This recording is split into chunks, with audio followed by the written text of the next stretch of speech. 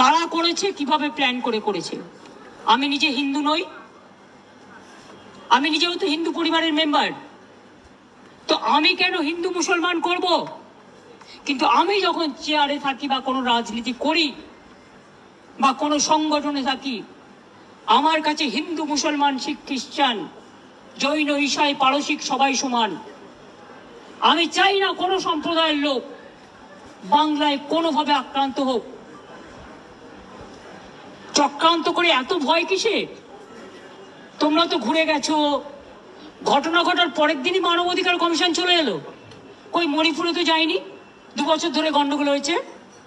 ইউপিতে তো যায়নি, রাজস্থানে তো যায়নি, উড়িষ্যায় তো যায়নি, বিহারে তো যায়নি, দিল্লিতে দাঙ্গায় এত লোক মারা গেছে, একবারও তো যায়নি।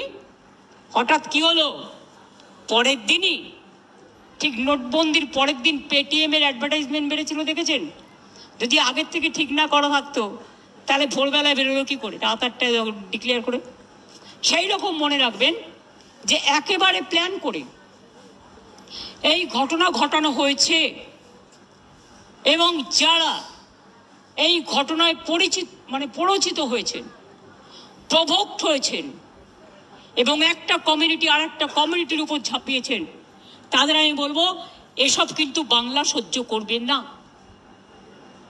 আমি কারো বিরুদ্ধে নই, কিন্তু আমি দাঙ্গার বিরুদ্ধে, আমি চক্রান্তের বিরুদ্ধে, আমি ষড়যন্ত্রের বিরুদ্ধে।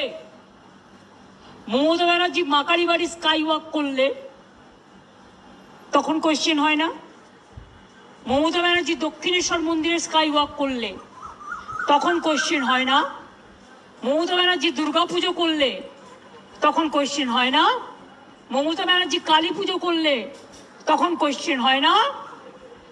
জগন্নাথ ধামটা খুব গায়ে লেগেছে না?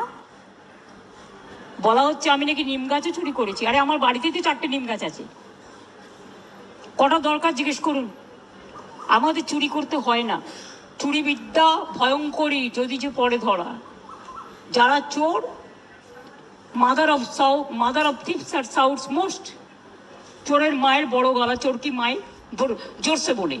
তুমি যদি হিন্দু ধর্মের সমর্থক হও তাহলে তুমি জগন্নাথ ধাম নিয়েও, মমতা ব্যানার্জি নিমকাঠ চুরি করে জগন্নাথ ধাম করেছে, মমতা ব্যানার্জির এই অবস্থা হয়নি।